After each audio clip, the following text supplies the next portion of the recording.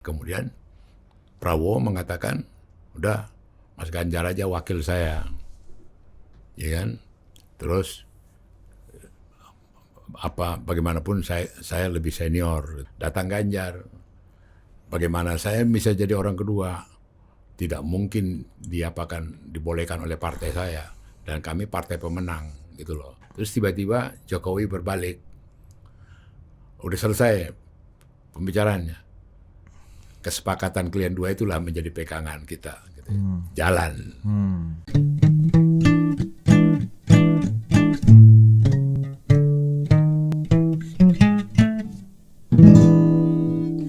Ngaso ngariung sore.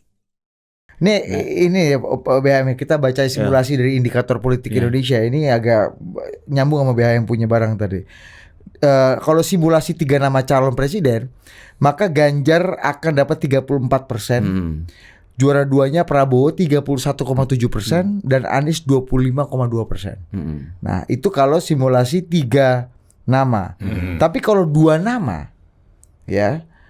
Kalau 2 nama antara Prabowo versus Anies Baswedan misalnya ya. Prabowo dapat 49,3%, Anies dapat 33,7%. Bowo menang. Kalau simulasi 2 nama. Bagaimana dengan kalau di putaran kedua Prabowo dan Ganjar? Maka Prabowo dapat 46,8%, Ganjar dapat 40%. Menang Bowo Prabowo. Bagaimana kalau putaran kedua Ganjar dan Anies seperti kata BHM tadi? Ganjar menang 44,7 versus 37,9. Artinya wave-nya sebenarnya cuaca Prabowo sekarang ini. Kalau kita lihat ya. Sekarang ini cuaca dari simulasi tadi ya BHM. Gimana BHM lihatnya? Ya makanya ini kan kalau dalam irisan gitu kan lucu nih ya. Kalau grup Prabowo itu kan sebetulnya gabungan antara nasionalis tapi ada hijaunya juga kan. Ya. Lebih kanan lah daripada Nasdem gitu kan. Ya. Gerindra. Ya Gerindra ya. Jadi dengan PDIP dia juga ada ikatan, tapi dengan Islam juga dia ada ikatan juga ya kan. Sehingga kalau dia masuk ke ronde kedua, ya kan, kalau lawannya itu hijau, yang dari PDIP lebih milih ke Prabowo ya kan. Kalau Ganjar kalah di putaran pertama, pendukung Ganjar lebih besar kemungkinan dukung Prabowo ketimbang Anies. Ya kan?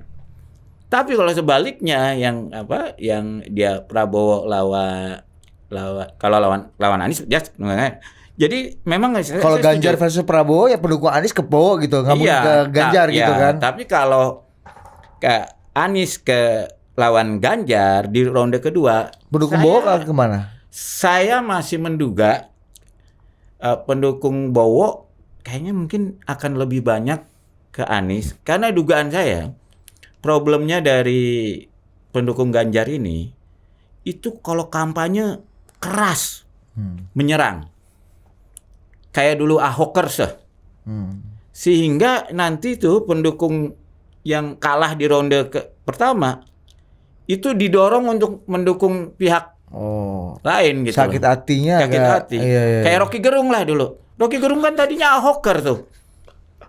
Iya kan? Rocky gara-gara sakit hati. Iya, ya grupnya dia akhirnya ketika di ronde kedua jadi pindah ke Anies gitu loh. Maksud Anda Rocky itu dukung AHY dulu?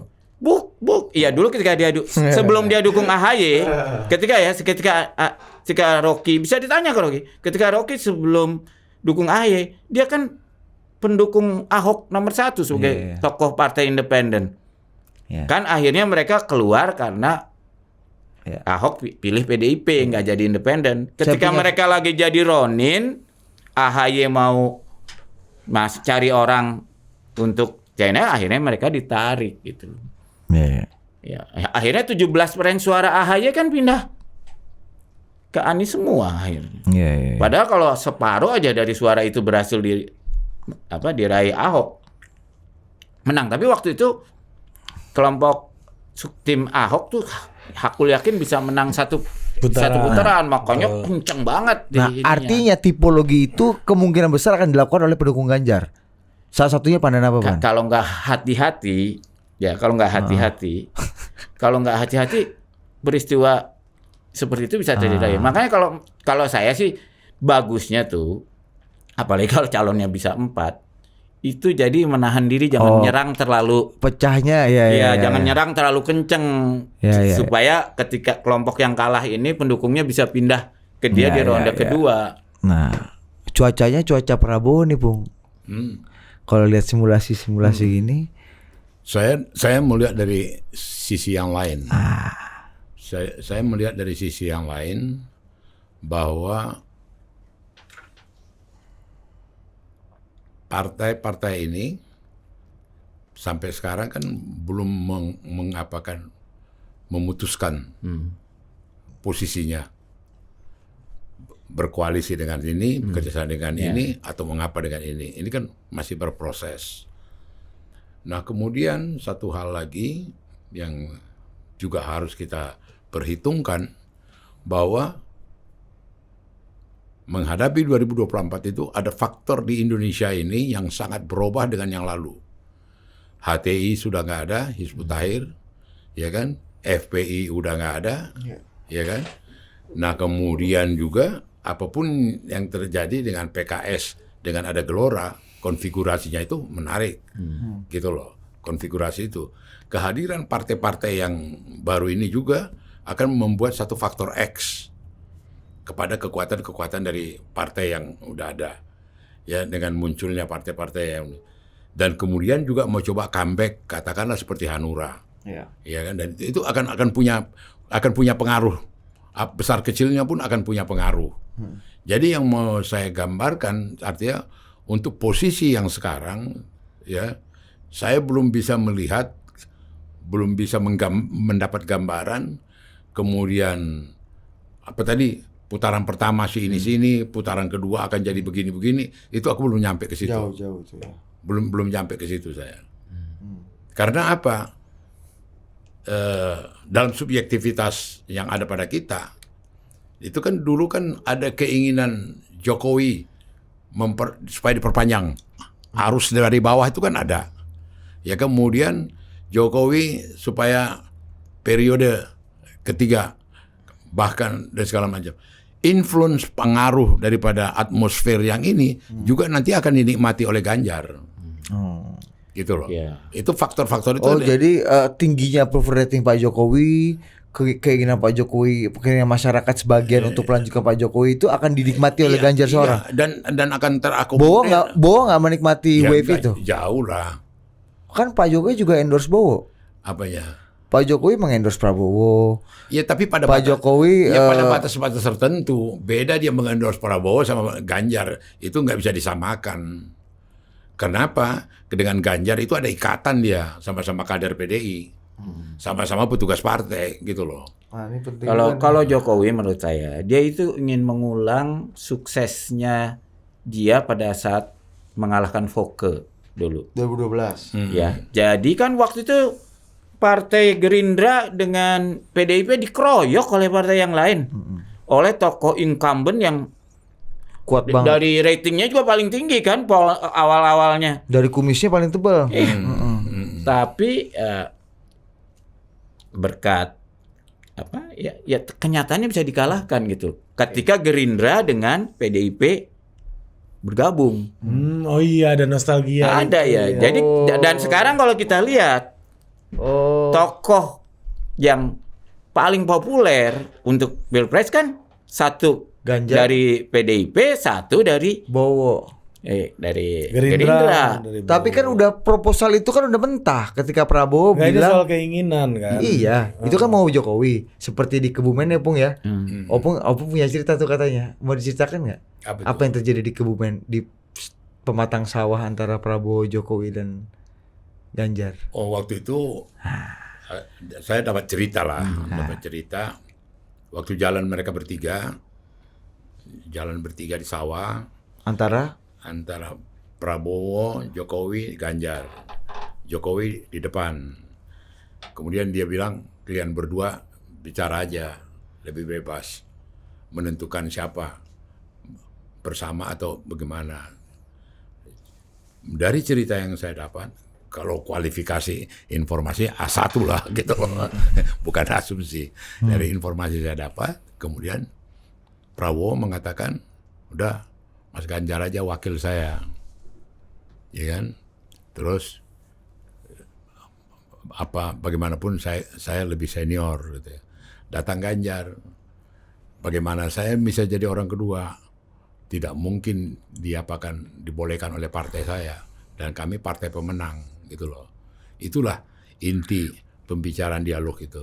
Terus tiba-tiba Jokowi berbalik, udah selesai pembicaraannya, kesepakatan kalian dua itulah menjadi pegangan kita gitu. Jalan. Tanpa diketahui apa kesepakatannya. Ataupun tidak sepakat. Menurut dia juga nguping juga. Kawan ini nguping juga gitu loh. Yang nguping presiden. Dua-duanya. Jadi artinya yang nguping presiden. Jadi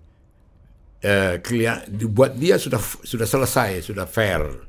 Kasih kesempatan mereka berdua untuk ngomong langsung. Iya, artinya kembali ke BHM tadi, proposal mengawinkan kembali PDI dan Gerindra kan udah buyar karena Ganjar tidak mau jadi nomor 2, Bowo pun tidak mau jadi nomor 2. Iya.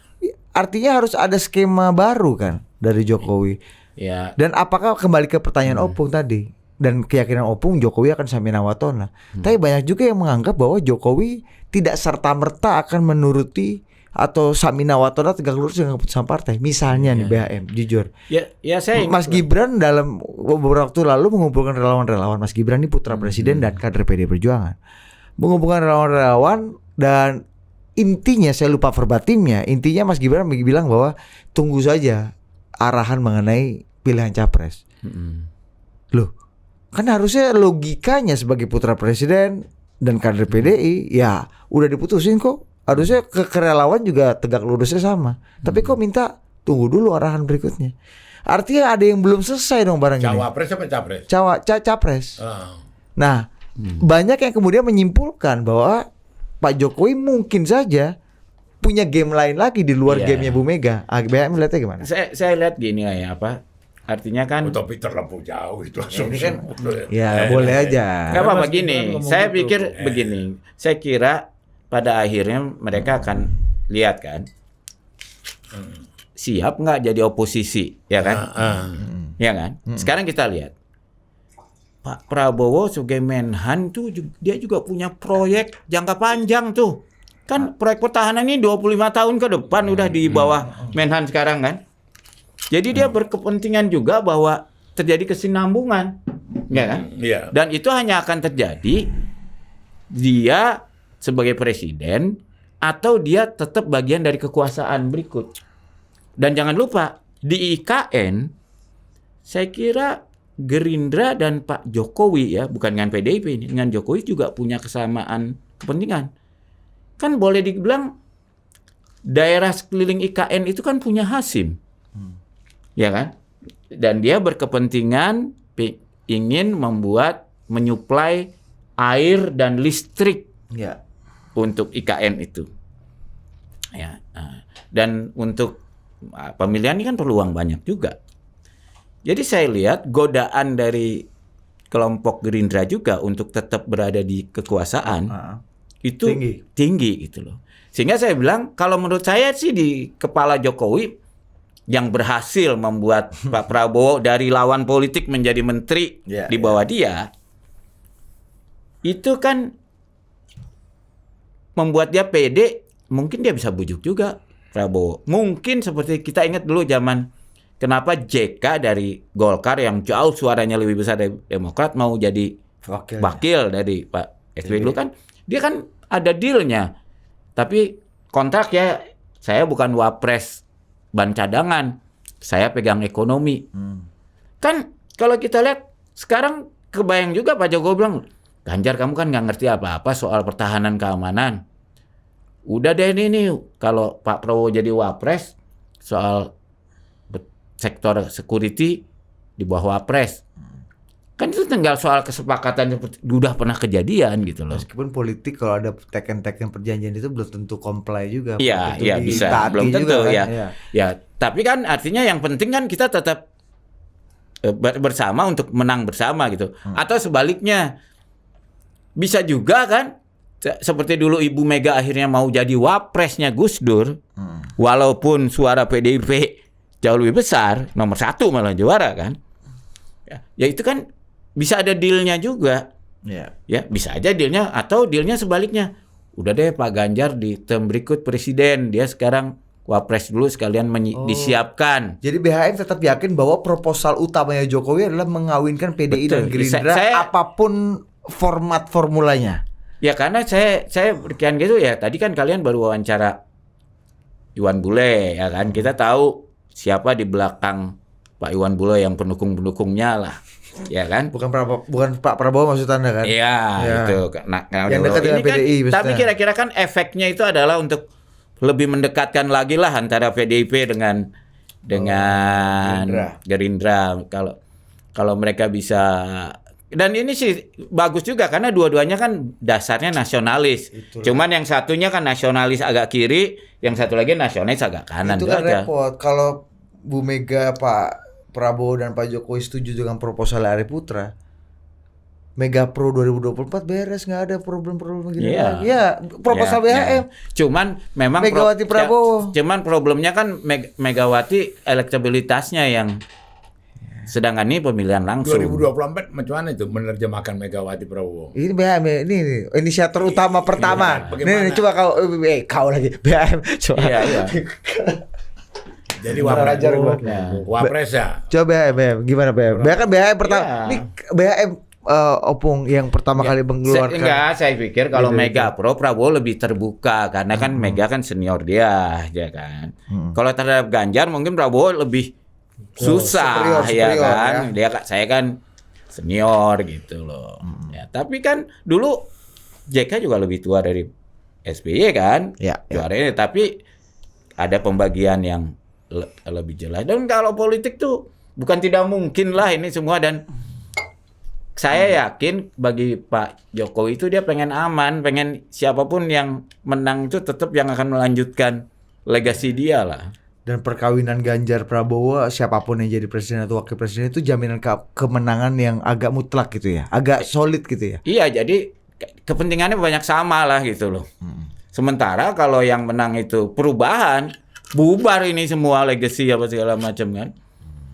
Jadi dalam satu permainan mekanisme proses politik, terus terang aja bukan mau merendahkan Wapres. Wapres itu nggak pernah menjadi top hit. Baik zaman dulu masalah SBY atau juga masalah Jokowi. Wapres itu bukan satu yang exciting. Bukannya JK aja deh Pak. Iya. Tapi kalau JK zaman pertama bukan, nggak maksud aku dalam pembicaraan berapa strategi perundingan segala macam itu topik mengenai Wapres ini klasifikasinya nomor 2 gitu loh. Bukan yang top gitu loh. Ya sama tuh, dan itu maka itu dengan mudah waktu itu tidak Mahfud, Ma'ruf gitu loh. Kemudian ini siapa? Ini udah JK aja. Budiono dulu aja. Enggak, dengan waktu Jokowi gitu loh. Bukan sesuatu proses yang sekarang pun banyak orang tidak sadar sebenarnya soal Wapres ini kelas permainannya udah di bawah. Bukan seperti kelas kegentingan siapa calon presiden. Tapi kayaknya sekarang agak beda pendapat. Bukan, enggak. Artinya bukan dari kacamata kami. Ini kan sekarang soal presiden. Kami. Ya kan kita tunggu dong. Kami ini PDI maksudnya. Iya, PDI Perjuangan. Kami ya bebas lah. Lo yang lain kita tunggu dong. Nah, Bapak Family kan bisa juga. Siapa sih capresnya ini? Benar Prabowo, wakilnya siapa? Benar sih ini, wakilnya siapa? Siapa lagi gitu loh. Ini sekarang sudah permainan itu sudah berbeda. Kita sudah tidak terbeban lagi. Malah kita permainannya lebih leluasa. Sudah selesai masalah presiden. Dan sudah tidak usah ditentukan oleh koalisi-koalisi. Tapi sekarang datang 2 partai yang mau berkoalisi. Itu kan menambah kekuatan daripada PDI Perjuangan lagi. Iya. BHM nih, game kata Opung, game Wapres ini kelas 2 nih. Saya setuju kalau itu incumbent masih running. Jadi ketika SBY yang kedua kali, dia kasarnya nggak wapresnya kucing juga menang. Iya kan? Tapi ketika pertarungannya incumbent udah nggak ada, antara pemain baru meneruskan continuity sama pemain yang lain yang menjual perubahan, wah ini jadi wapres tuh jadi penting lagi gitu loh. Oh itu Ya, perbedaan kan? kita ya. Iya, tapi saya setuju kalau misalnya Jokowi boleh run 3 term, nggak penting tuh wapres gitu loh. Kucing pun bisa. Iya, ya. Tapi kalau incumbent nggak running, incumbent yang populer ya nggak running lagi, memang itu jadi harus dipertimbangkan. Gitu. Tapi BHM, setuju nggak BHM ada orang yang mengatakan bahwa dia punya logika kalau Jokowi Prabowo tuh nggak mungkin, Ganjar Prabowo tuh nggak mungkin, karena itu sama aja Bu Mega mengizinkan membesarkan anak harimau untuk menerkam partainya sendiri gitu. Gimana kalau Ganjar Prabowo? Iya, kan membesarkan anak harimau katanya. Karena Prabowo kan Bisa bikin Gerindra lebih gede daripada PDI katanya. Gitu-gitulah. Iya. Orang-orang konspiratif nggak jelas lah, tapi ini Tapi itu penting. tersesat itu. Iya, sesat banget. Bukan PDI-nya harimau kok gimana? kalau Ganjar Prabowo berarti Prabowo wakilnya Ri. Prabowo wakilnya. Itu akan membahayakan PDI. PDI di masa depan. Karena PDI bisa ditikam sama Gerindra lah gitu. Kalau Prabowo Ganjar Prabowo Ganjar ya nggak mau PDI merendahkan PDI kan ke pemenang pemilu. Nih kita bicara Ganjar Prabowo aja karena PDI udah stand opung tadi bilang nggak mungkin jadi wapres.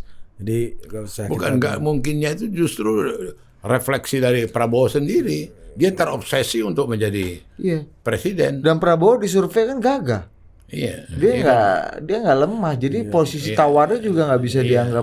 Iya. Nah ini Nggak bisa balik, dianggap enteng. Iya balik ke situ Pung. Apa iya ada pikiran di circle-nya Pak Jokowi, Bu Mega, PDI itu merasa kalau Prabowo jadi wakil bakal membesarkan anak harimau gitu. Nggak ada nyampe ke situ.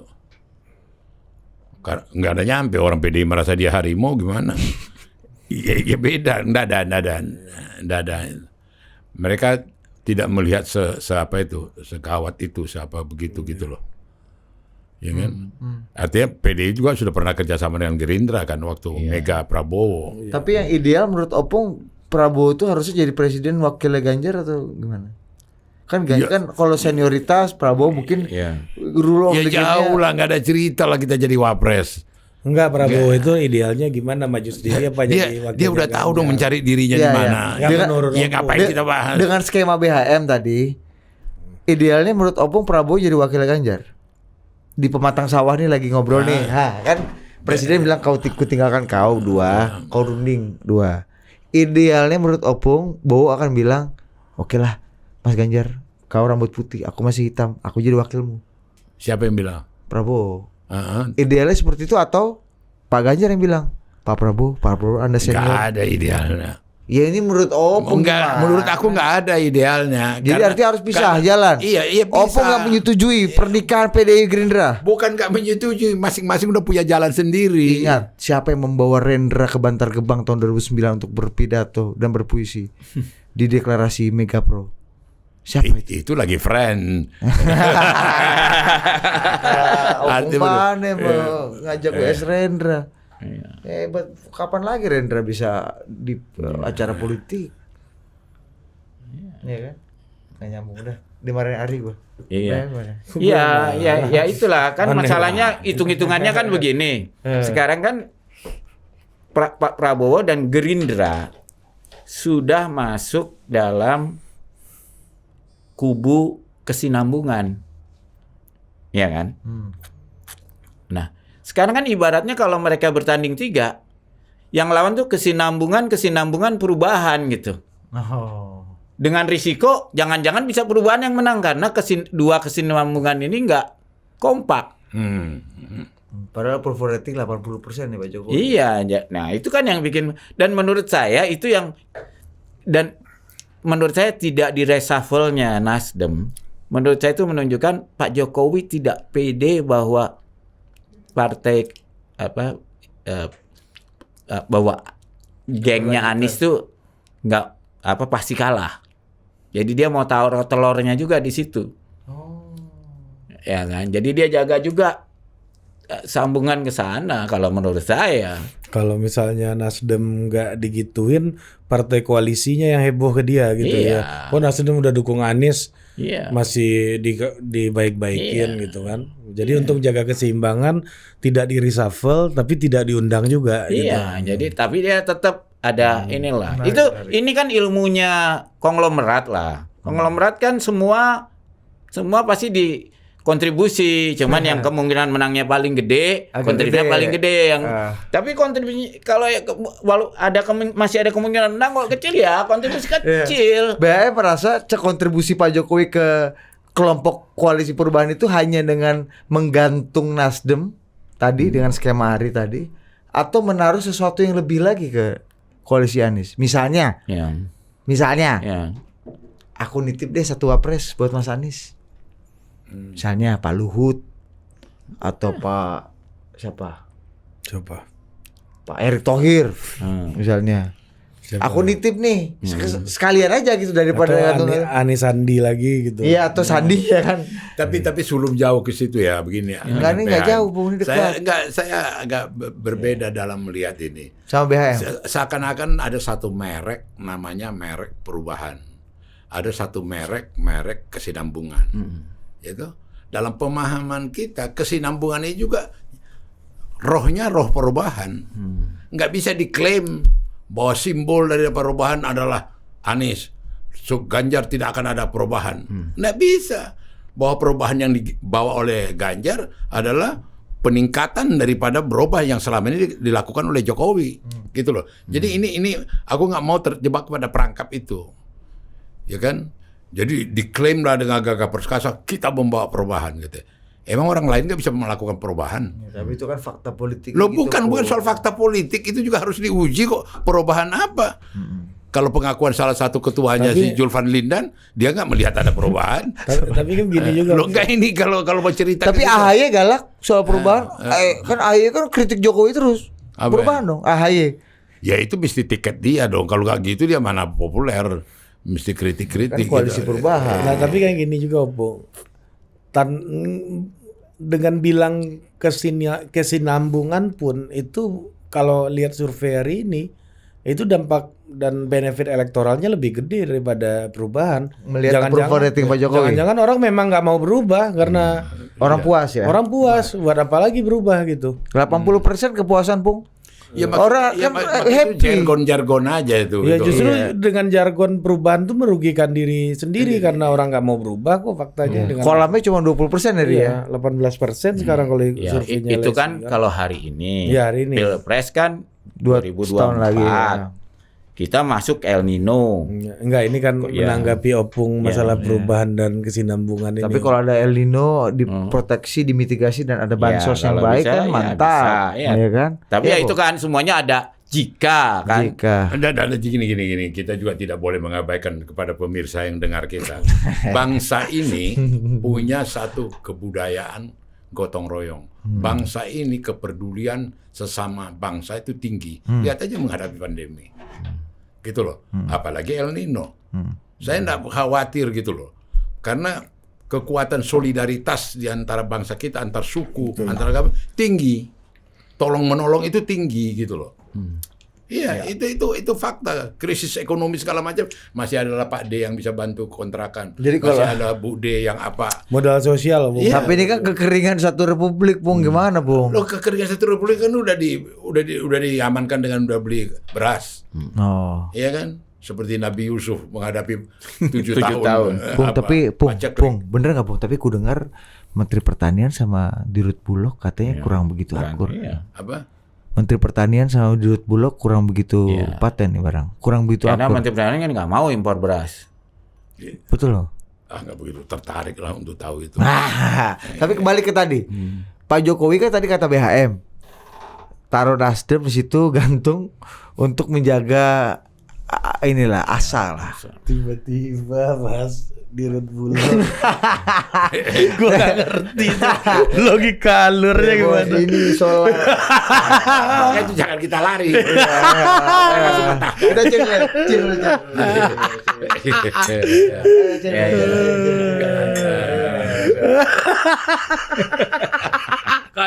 Cuma aku reaksinya nggak seperti dia, langsung. Ya. Opung kan udah makan asam garam. Tapi gini, kembali ke pertanyaan tadi, Nasdem yang digantung untuk menaruh asa di situ, mungkin nggak Jokowi menaikkan 1 oktav pengaruhnya dengan gini, daripada cuma kunci Nasdem, gantung Nasdem, ku taruh aja 1 cawapres, orangku di Anies.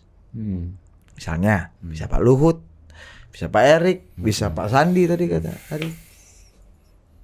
Ya. Dinaikin lagi level 1 oktav daripada gantung Nasdem, sekedar gantung Nasdem. Iya. Atau di antara Ahok situ kan. Apapun, aduh Anies Ahok. Cilegon. Bingung Opung langsung. Iya, tuh. Opung bingung nih katanya. Mau kudoakan apa enggak nih ya? Gimana Mas BHM? Ya kalau Mungkin nggak segila itu gitu. Artinya ya all Jokowi's final, Iya, all Jokowi's man. ya kalau Jokowi jelas kalau menurut saya strategi akhirnya siapapun yang menang itu penerus legasi aku lah kan kira-kira gitu. Ya, karena gini ya, kan kita tahu lah ibu kota baru ini Nusantara ini kan Pak Jokowi sangat kenceng. Kalau kita lihat pengalaman Korea Selatan kan, Ya. begitu ganti rejim Sejong itu yang Batal. Jonggol. Ya, ya kan? Oh iya salah. Ya, ya dulu Pak Harto jonggol ganti Iya, ya. selesai. Pak SBY mau bangun Hambalang, begitu ganti rejim Bukan ibu Hambalang kota. selesai. Bukan ibu kota BHM. Ya. Ya kan. Belum kereta cepat, belum banyak lah. Tapi kalau menurut saya Pak Jokowi itu IKN itu sangat Ya. personalized lah. Artinya kesimpulan BHM, Pak Jokowi harus put orang dia di semua basket, di semua keranjang. Ya, saya kira paling aman ibaratnya taruh telurnya di semua keranjang lah. Opung gimana lihat? Seperti Konglo lah. Pak Jokowi mungkin akan begitu nggak? Ya, Bang. Opung, Iya, Pak Jokowi pasti diganjar kan. iya. Sebagai sama-sama petugas partai yang mendapat penugasan yang lebih besar gitu kan. Lu kenapa mengarahkan Opung? Ya kan, Yang tahun depan akan berusia 80 tahun. Ya kayak gitu pasti jawaban Iya, Opung. ini mengarahkan lu. Ya, Opung. Kalau di dijawab, Opung. persidangan ini bisa kena contempt of court. Mana bisa Hah? tipu-tipunya lebih jago beliau daripada kita lah. Mana bisa kita arahkan. Nggak kita. Pung, Opung ditelepon beliau, Pung. Iya, ditelepon. Opung diarahkan. Mana berani diarahin Iya, aku mana kan? berani, bos ya. Kembali ke tadi. BHM tesisnya Nasdem digantung, dikopling Jadi untuk tetap menjaga presiden mau asa. the all presiden final. Jokowi Daripada gila sekalian naikin 1 oktav, ku taruh wakil presidenku. Jauh yang saya tahu, saya kenal, Jokowi tidak sampai ke situ permainannya. Masa? Loh iya, dia lugu-lugu aja, dia lihat bagaimana dia begini gitu loh. Nggak sampai punya strategi bikin ini begitu. Kalau menurut aku, Kalau aku udah lihat rekam jejaknya, coba aja. Nggak lugu nggak? Oh, enggak, lihat aja. Gimana dulu sampai Pak Mahfud udah siap-siap jadi wapres, tahu-tahu saat terakhir ganti kan? Dan itu adalah orang yang menyerang Pak Jokowi kan tadinya. Syarif Maruf. Pak Maruf Amin kan? Lebih tepatnya menyerang Ahok. Iya, tapi artinya yang pihak seberang lah. Proksi nyerang Ya kan? proksi ini. Pihak seberang jadi wapres. Lawan jadi kawan. Iya. Nggak lugu, Pung. Nggak lugu barang ini. Enggak juga. Jagoan barang ini. Enggak. Ma'ruf bukan orang pihak sana. Kok jadi pihak sana Pung, Ma'ruf? gimana kan gara-gara fatwa beliau. Ya, 212 kan? Idola Opung yang namanya Basuki Cahayapurnama yang Opung doakan setiap hari. Bukan idola aku itu, jangan terbalik-balik. Akunya idola dia. Iya, yang Opung doakan di gereja seminggu 7 kali ini kalah fatwa beliau. Maksud lu di mana ada di gereja main politik, main doa. Nggak bercanda. Nggak ada itu, nggak ada. Artinya itu. Jokowi nggak lugu, Pung. Jokowi nggak itu ada. bisa meng-hire lawannya untuk jadi kawan. Pak Prabowo misalnya. Iya. Pak Coba Kiai bayangin Ma'ruf. bagaimana perasaan para pendukung Jokowi yang anti Prabowo yang merasa bertarung di lapangan ketika Mati-matian. mati-matian kan? Waduh loh, kok ini jadi Menteri Pertahanan? Iya. Ya kan? Jadi Jokowi Sandiaga Uno jadi menterinya dia. Jadi artinya Jokowi mungkin menaruh sesuatu di Anies juga. Nggak tahu aku, tapi Mungkin nggak? Nggak mungkin apa nggak? Nggak masuk di akalku. Dan kurasa juga dia nggak sejauh itu. Opung meragukan Jokowi. Bukan meragukan, mengetahui karakternya gitu loh. Dia nggak sampai sejauh itu untuk bermain begitu. Sejauh apa biasanya Pak Jokowi? Sejauh apa, Bung? Ya sejauh itu kan maksudnya jauhnya itu kan ke Anies. Iya makanya. Iya. Dia sampai sejauh ke Ganjar gitu loh. Kan sama kan jawaban Emang, gua. iya. Nggak perlu lu diarahkan. Lu mengarahkan lu. Enggak, gue yang kena arahin. Oh iya. Bung, Opung kan pernah cerita yang menjadi viral di sini Ya. ada BHM juga. Ya. Cerita bagaimana dendam Jokowi Iya. kepada Gatot, kepada Surya, Hmm. kepada macam-macam lah. Orang ini Juga punya, pada Sandiaga Uno. iya. Bung, kan Ganjar Pranowo kan baru membubarkan pestanya Pak Jokowi. Salah satu yang berkontribusi untuk membubarkan pestanya Pak Jokowi menyelenggarakan Piala Dunia U20 yang kemudian gagal. Pak Jokowi dendam nggak, Bung? Salah kau. Mana ada peran Ganjar di situ? Nggak ada peran Ganjar membebaskan, membatalkan apa U20. Salah satu Nggak variabel yang ikut. Nah, yang fakta itu keputusan Kemlu aja sudah jelas. Ya Tak udah. bisa benderanya, tak bisa lagu kebangsaannya, jauh sebelum cerita U20. Tapi kan yang keras menentang secara publik kan Ganjar, Bung. Bukan Dan menentang, PDI. Enggak menentang, mengingatkan. Itu dendam nggak? Dendam nggak Pak Jokowi? Siapa? Dendam nggak Pak Jokowi? Malah sama- Jokowi senang ada begitu. Gimana? Gak ada dendam. Pak Kenapa? Jokowi senang. Senang Piala Dunia gagal, Bung. Bukan senang pilihan. Dia tahu sekarang gagalnya Piala Dunia itu bukan karena Ganjar, bukan karena Koster. Tapi karena Apa? Nggak mungkin dua orang ini bisa menggagalkan itu, memang sudah punya penilaian tersendiri gitu loh. Dan ketentuan perundang-undangan juga belum juga bisa menerima Israel. Senang atau tidak senang. kita tanya orang yang agak lebih netral. Dendam nggak orang ini, Bu? Kepada? Pak Jokowi ada sedikit setengah atau besar nggak dendam sama Pak Ganjar atau PDI? Saya rasa Konteks Piala Dunia ya? kalau menurut saya Pak Jokowi mungkin lebih dendam ke Ibu Mega daripada ke Pak Jokowi. Kan sebetulnya keputusan itu lebih keputusan Ibu Mega. Gimana? Soal menolak Israel itu kan lebih keputusan Ibu Mega. Jadi dendam. Artinya ada I will revenge gitu. Apa tadi apa? Ya kalau Dia menurut bilang, saya udah dibayar oleh Pak Jokowi dengan dia menyusun KIB itu, ya kan? Dan dia menyiapkan kalau Ibu Mega nggak segera calonin Ganjar, saya udah punya perahu loh. dendam, Bung. Dendam barang ini. Seperti kata Opung. Itu asumsi dia itu. Apa sesederhana itu. Kalau dia tidak mengusulkan ini, aku udah punya apa perahu. Nggak sampai ke situ lah. Nggak sampai sejauh itu gitu loh. Dan kemudian terus terang, ini the other side dari koin itu ya. Indonesia ini bukan Brazil. Indonesia ini bukan Argentina. Indonesia ini bukan Uruguay. Begitu batal bola bisa terbakar Senayan City, bisa Plaza Senayan diapakan. Enggak juga.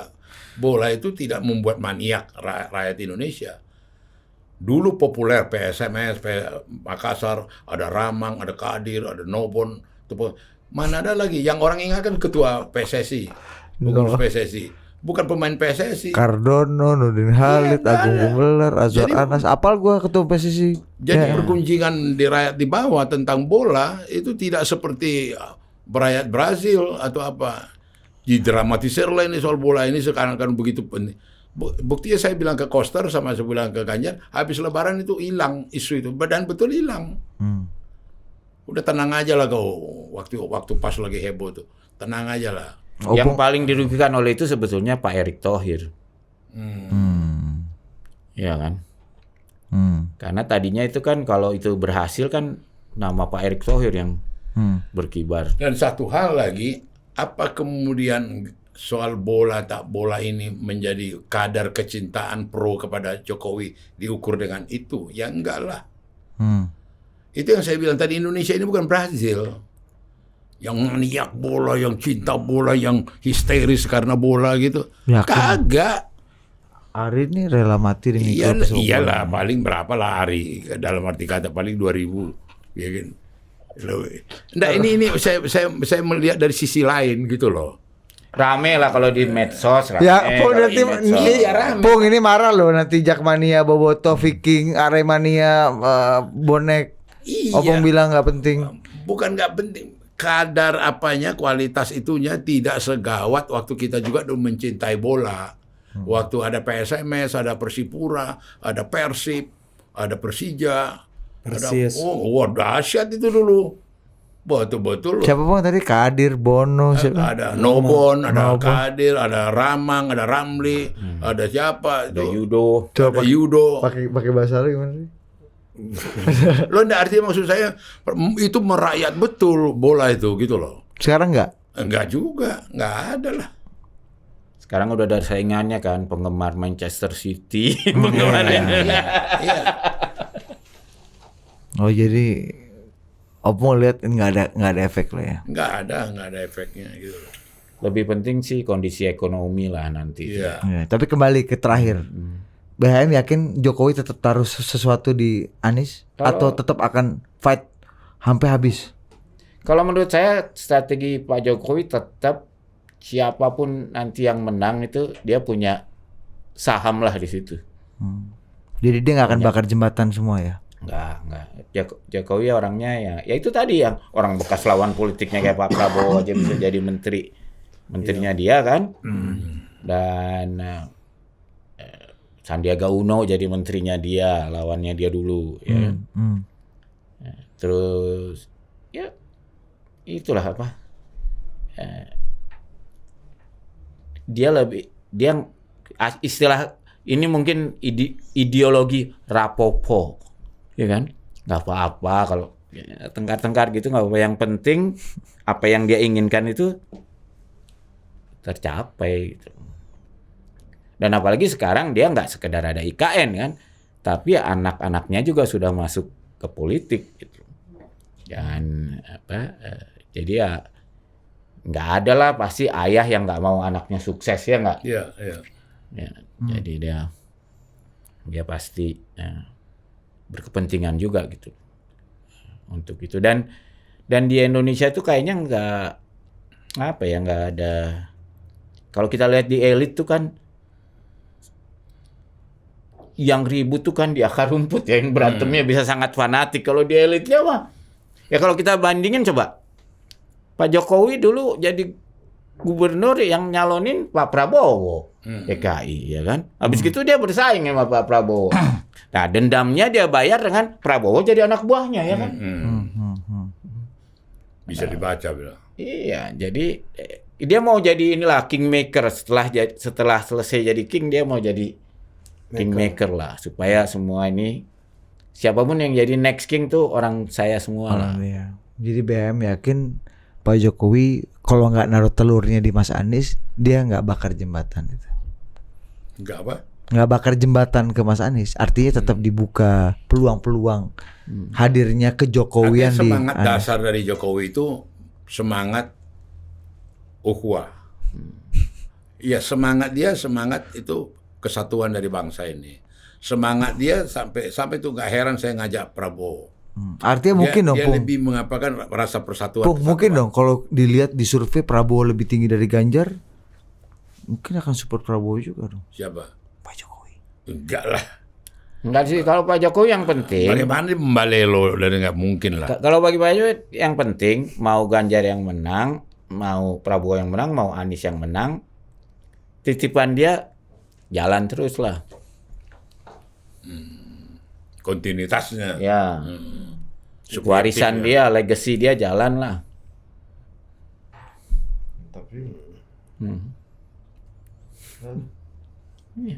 Iya. Setuju. Apa? Udah. Kasih doa penutup dulu. Nah, saya begini. Kalau saya penutup, cermat tetap kita melihat langkah-langkah Jokowi ini. Banyak hal yang baru. Banyak hal yang kemudian dari campur tangan dan penanganan dia membuat sesuatu yang baru dalam dunia perpolitikan. Gitu loh. Dalam sejarah politik di Indonesia belum ada seperti ini menyerahkan nasib dan dirinya kepada presiden. Ini terjadi. Gitu loh. Jadi pengaruh dia, peran dia dan sebagainya dia itu tidak karena power, karena dia kekuasaan, karena bengis, karena dia punya tukang pukul dan segala macam. Enggak.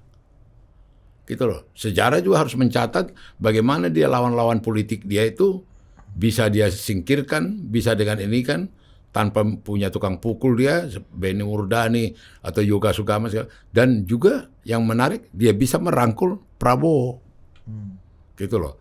Itu legenda-legenda yang baru dalam percaturan politik gitu loh. Itu harus diakui gitu loh. Itu rahmat keuntungan dalam perpolitikan Indonesia, ada konfigurasi yang dibikin oleh Jokowi. Oke. Jadi Opung yakin Nasdem tidak akan direshuffle dalam waktu dekat? Apanya? Nasdem tidak akan direshuffle dalam waktu dekat Ya meskipun tergantung tidak diundang? kelakuan juga. Ya tergantung kelakuan kita kan, itu kan dinamis itu. Kalau ternyata nanti nyerang dan apa segala macam, ya mau nggak mau dong. Dipaksa untuk situasi itu. Kemarin Pak Erlangga datang ke Pak SBY, Caimin datang ke SBY. Itu tuh mengajak SBY masuk ke dalam rumah besar atau mereka yang ingin cabut dari rumah besar? Jadi gini ya, partai-partai ini pun juga ini bisa introspeksi dengan peristiwa keadaan ini gitu loh. Saya sendiri ketemu dengan seorang teman saya, salah satu ketua Golkar. Dia bilang ke saya, "Bang, ketua kita sekarang bukan Erlangga." Maksudmu apa? Ketua kita sekarang Jokowi gitu. Oh, kok bisa aja? Iya, karena kita maju atau tidak tergantung Pak Jokowi. Bayangin tuh. Belum lagi ikut arahan lurah ini ya. Iya, bayangkan tuh. Itu ngomong ke saya. Politik arahan lurah. Ngomong ke saya mengagetkan aku gitu loh. Bisa buat campaign tuh, Ri. Politik arahan lurah ini. Itu mengagetkan aku. Ada gitu partai BHM bikin billboardnya ikut arahan lurah itu. Iya. Tegak lurus dengan arahan lurah ya. Iya. Iya. Ya kalau saya sih agak menyimpang ya. Kalau menurut saya sih enggak. Saya setuju dengan Eros Jarot nih, kita sepakat dalam hal ini. Sebenarnya siapapun yang kepilih presiden tuh relatif hampir sama lah. Karena sebetulnya kan sistem politik kita sudah, kalau bahasa teknisnya itu di capture ya, sudah disandera oleh oligarki gitu. Semua calon presiden kita nggak ada yang nggak terpak karena biaya politik yang nggak murah yang tidak tergantung pada oligarki. Jadi memang kalau kita mau betul-betul mau ada perubahan, memang sistem politiknya yang harus dibenahi ya. Yang nomor satu sih menurut saya yang paling penting tuh, kita tuh harus rela partai politik tuh dikasih uang yang memadai lah. Ya, kalau bayangan saya 50.000 lah per suara per tahun, itu kan nggak cuman paling berapa triliun kecil, tapi dengan begitu partai itu bisa benar-benar cari kader tuh yang berkualitas dan memang berdedikasi. Kalau sekarang mau nggak mau siapapun di partai politik mau cari calon wakil rakyat, nggak lagi seperti zaman beliau karena terkenal, karena dia bisa nggak biayain kampanye dia sendiri. Ya, bisa nggak dia bantu bayarin partai, bayarin honor saksi-saksi di TPS. Itu uangnya triliunan. Kalau kita kasih partai itu 50.000, wah partai kita ibarat wartawan lah. Kalau wartawan di media yang dikasih gaji memadai, ya kan? Dia kan sama narasumber juga independen gitu. Kalau dia harus terima amplop untuk hidup yang sayur lah ya kan. Jadi kalau kita mau dapat anggota dewan perwakilan yang berkualitas, kita ya harus memberi dana yang cukup buat partai-partai politik. Sehingga kalau sekarang siapapun yang jadi sekjen partai, apalagi ngadepin pemilu, harus nodong kemana-mana kan. Nah yang mau ngasih duit ke partai dalam jumlah besar cepet. Nah kalau saya harus ketemu 1 juta orang untuk dapat uang yang sama, saya cukup ketemu 1-2 orang. Dapatnya saya konsentrasi ke yang 1-2 orang aja. Nah, akhirnya mau nggak ya orang ngasih duit banyak ya pasti ada maunya juga. Jadi buat saya tuh sebetulnya kalau dalam ilmu manajemen, you give peanut you get monkey. Kalau mau bayar partainya murah ya jangan marah kalau dapatnya monyet. Dapatnya monyet. Iya kan? You give peanut kalau kasihnya. Jadi yang kalau menurut saya sih, kalau kita rame-rame nih kita sepakatin, dan saya kira partai-partai udah setuju kan, termasuk PDIP.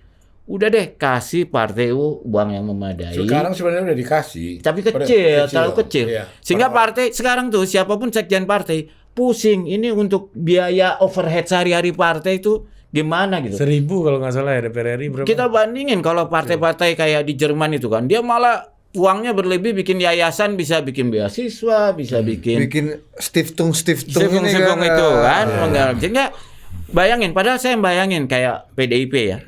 Kalau PDIP punya uang banyak tuh, ini kan calon kadernya tuh gojeker itu kan marahin semua itu. Soekarno Stiftung harus. Itu kan orang yang membiayai sendiri, modalnya punya sendiri, ya kan, independen. Dia kan bukan buruh itu, dia kan hubungannya partner bisnis, ya kan, independent worker. Itu kan bisa jadi gede itu PDIP itu, ya kan.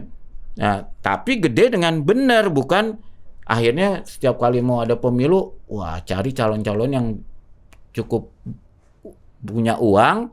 Nah, sekarang orang yang masuk jadi punya uang itu kan, atau dia memang super kaya, dia pengen cari nama, atau dia mikirnya bisnis. Saya keluar uang sekian, ntar harus dapatnya harus lebih gede. Kan kacau kita. Siapapun presidennya gitu loh.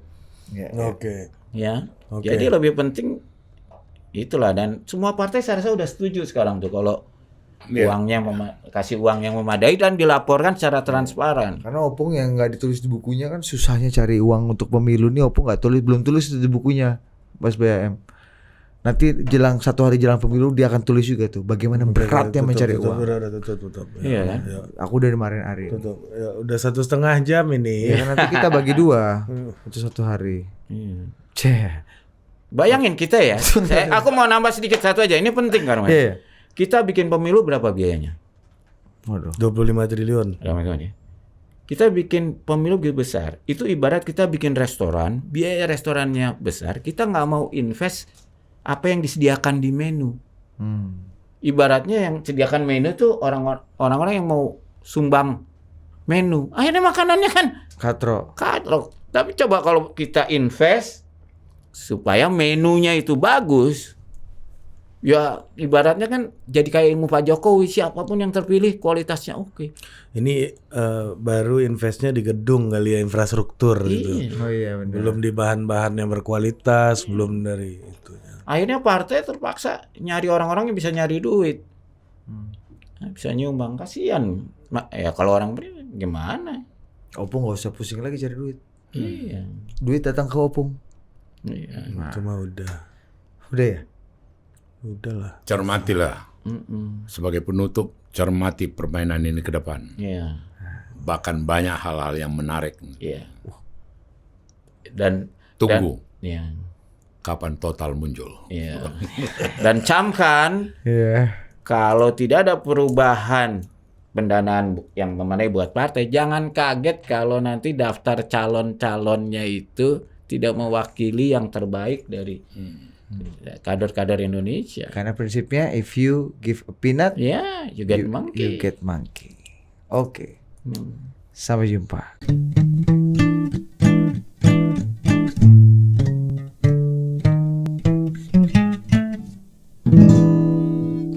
Ngaso ngariung sore.